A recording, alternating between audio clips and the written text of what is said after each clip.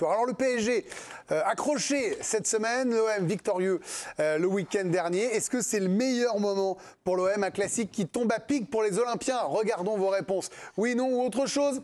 Timing parfait pour Camille Macali. Bah oui, c'est le meilleur moment pour Vicage Dorasso. Ouais. Il est partagé, on a envie de dire oui et non, c'est Bruno Salomon. Pas spécialement pour Karine Galli. Oui, c'est le meilleur moment également pour Olivier Rouillet. Et oui, pour Raphaël Sabol. Bon, bah Bruno, vous suivez le Paris Saint-Germain au quotidien.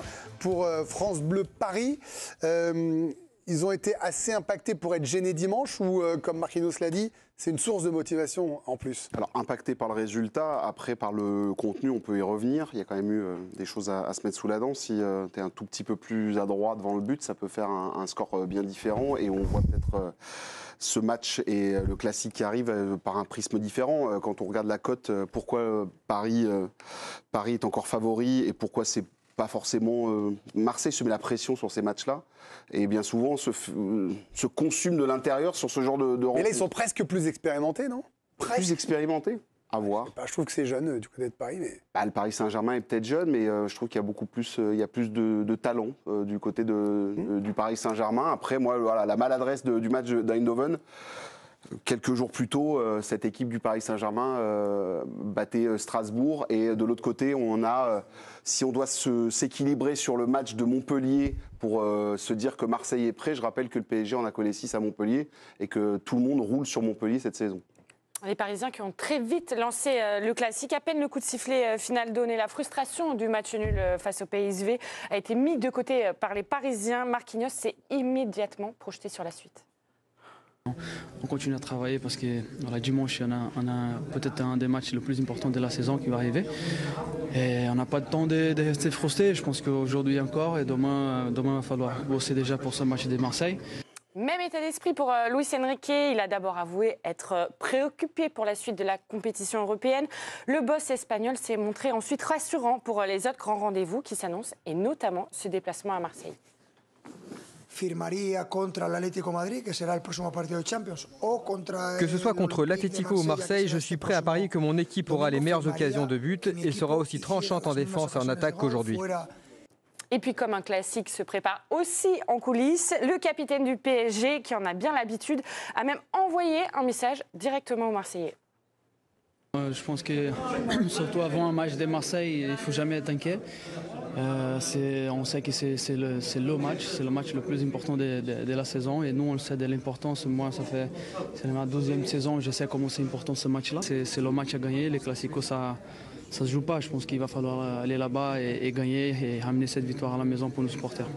Donc là ça y est, il ne se cache plus et il annonce une équipe du PSG révoltée, prête à gagner. Alors pour Vicage Dorasso, cela dit, c'est le meilleur moment pour l'OM, c'est un bon timing.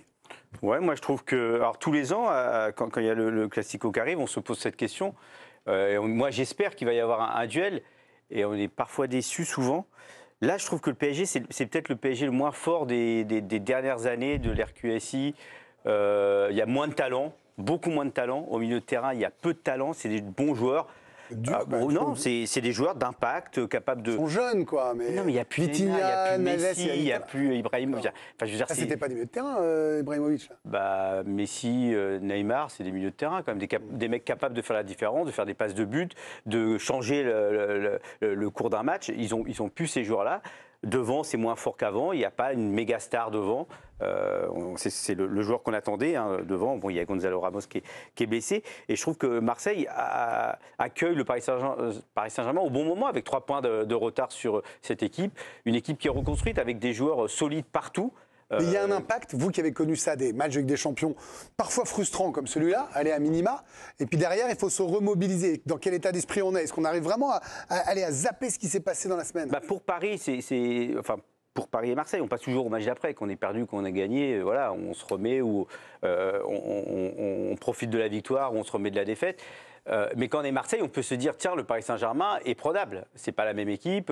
Ils sont capables d'être mis en danger contre une équipe inférieure à elle. Donc nous, on est capable de le faire aussi. Le Paris Saint-Germain, non. Le Paris Saint-Germain arrive à Marseille en étant prêt à jouer ce derby. Mais moi, je le trouve moins fort. Mais avec, et on en avait déjà évoqué, vous avez posé la question, Greg, sur est-ce que Paris est capable de se remobiliser après un match de Ligue des Champions? Cette saison, ce n'est pas le cas. Hein. Après les 2 premiers matchs de Ligue des Champions, le match suivant, le match de Ligue 1, Paris a fait nul contre Reims. Paris a fait match nul contre Nice. Paris n'a pas encore gagné après un match de Ligue des Champions.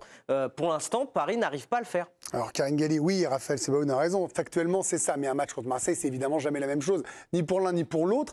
Est-ce que vous vous sentez peut-être plus du côté marseillais d'ailleurs que du côté parisien? Parce que Vikash évoquait un PSG possiblement, voire probablement moins fort qu'avant. Mais est-ce que l'OM est plus fort? Suffisamment fort, en tout cas, pour taper ce PSG-là? Ça dépend quel visage de Marseille on va avoir. Moi, et j'ai toujours pas digéré la prestation des Marseillais face à Strasbourg et face aux Angevins. Donc voilà, c'est ça le problème. C'est qu'effectivement, si on a un milieu de terrain de qualité du côté de l'Olympique de Marseille, avec un Højbjerg comme au début de saison et un Rabiot qui hisse son niveau, bien sûr que je pense qu'à ce niveau-là, Marseille peut concurrencer le PSG parce que il y a des jolis joueurs au milieu de terrain, mais parfois ça manque d'impact. Højbjerg et Rabiot peuvent mettre de l'impact, mais on aura quelle version d'eux-mêmes, je ne sais pas. Højbjerg, on l'a vu quelquefois très bon avec l'OM, et puis on l'a vu aussi parfois être en deçà. Donc moi, je trouve que c'est Marseille qui se saborde tout seul, en fait. Et on en fait toute une montagne du OM-PSG, mais si Marseille a raté certaines saisons, ou si Marseille n'a pas été au contact du PSG, c'est pas le PSG le problème. C'est qu'ils ont laissé des points sur des matchs qui étaient à leur portée. Et là, en ce début de saison, ils ont déjà perdu 7 points. Qui leur tendaient les bras. Ils font match nul contre Reims, ils font match nul contre Angers à la maison, c'est pas bon. Et tu perds à Strasbourg en étant vraiment mauvais. Donc voilà, si Marseille fait un match cohérent, ils peuvent embêter les Parisiens, mais j'ai vu... Alors qui est la clé pour vous? C'est plutôt Marseille que Paris alors, si je vous écoute. Non, mais parce que c'est toujours pareil. Mais le problème, c'est que ces équipes sont illisibles. Dembélé, on a le Dembélé A ou B? J'en sais rien. Il va peut-être tuer 10 gabions et il va peut-être faire le même match qu'il a fait l'an dernier face au FC Barcelone. Personne ne le sait, lui non plus. Ce qu'a souligné Raphaël sur les équipes qui ont pris des points face au Paris Saint-Germain en ce début de saison sont des équipes qui ont travaillé extrêmement défensivement et qui ensuite contraient, enfin qui étaient dans le contre. Est-ce que cette équipe de Marseille est capable de ça? Marseille, moi, ce que j'ai vu cette saison, c'est que c'est une équipe qui tente de jouer.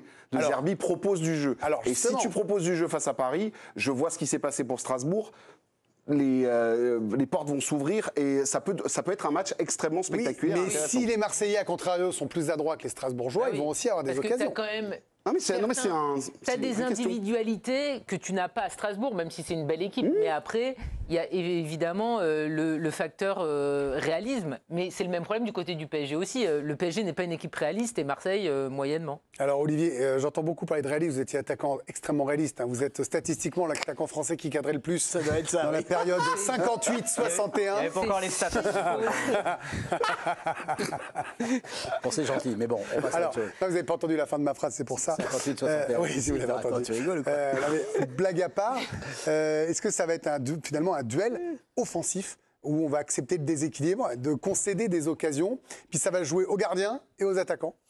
Parce qu'on parle beaucoup du milieu de terrain à juste titre, mais est-ce que finalement, c'est pas dans les deux surfaces comme d'hab que ça va jouer? Mais de toute façon, ça va se jouer également à ce niveau-là. Et là, par contre, je mettrais un petit point supérieur aux Marseillais plutôt que des Parisiens qui m'interpellent. Moi, quand je vois le match de mardi soir, je me pose vraiment beaucoup de questions. Alors, en plus, tu n'es pas capable de battre une équipe comme Eindhoven qui, à moi, mon idée perso, c'est qu'elle est faible, qui n'est pas une grande équipe d'Europe. Et surtout, tu as au niveau réalisme et au niveau qualité technique devant le but, même Barcola, qui n'a pas été pour moi un joueur... Des vrais sorlottes. Non, Sorloth, c'est Dembélé. C'est plus Dembélé, je suis désolé pour lui. Mais bon, il y a une vraie question. Mais moi, je trouve que c'est le bon moment pour Marseille quand même. Parce que justement, Marseille a besoin, par rapport au dernier match qu'ils ont fait, que ce soit contre Angers ou Strasbourg, ils ont besoin de redorer leur blason. Alors, quoi de mieux que d'affronter le PSG en étant rigoureux, plus le stade, mais surtout en n'oubliant pas. Et moi j'aime bien De Zerbi parce qu'il ne faut pas oublier de jouer ce que font quelquefois certaines équipes. Et je rejoins Vikash, c'est que je trouve personnellement que le PSG, l'équipe du PSG, n'est plus l'équipe qui fait vraiment peur aux autres équipes. Alors on l'a vu, parce que même si Bruno, tu nous dis que Nice et Reims ont su défendre, eh ben Marseille peut peut-être créer la surprise en jouant. Parce que l'entraîneur est un entraîneur qui aime ça. Et ça serait quand même quelque chose d'important dans notre championnat. Et ce qui attiserait encore plus la concurrence. Et ils vont jouer, hein, ils vont marquer des buts, ils en ont marqué beaucoup depuis le début de la saison. Ce chiffre est quand même hallucinant dans l'histoire de l'Olympique de Marseille. Ils en ont marqué 21 après 8 journées de Ligue 1. C'est le plus haut total sur les 75 dernières années, ce qui prouve quand même qu'il y a de l'efficacité et qu'il y a de l'allant offensif du côté de Marseille. C'est une attaque qui est en feu, peu importe finalement l'adversaire. Et surtout contre Paris 25. Hein. Bon, eh bien écoutez, réponse dimanche, on en reparlera demain.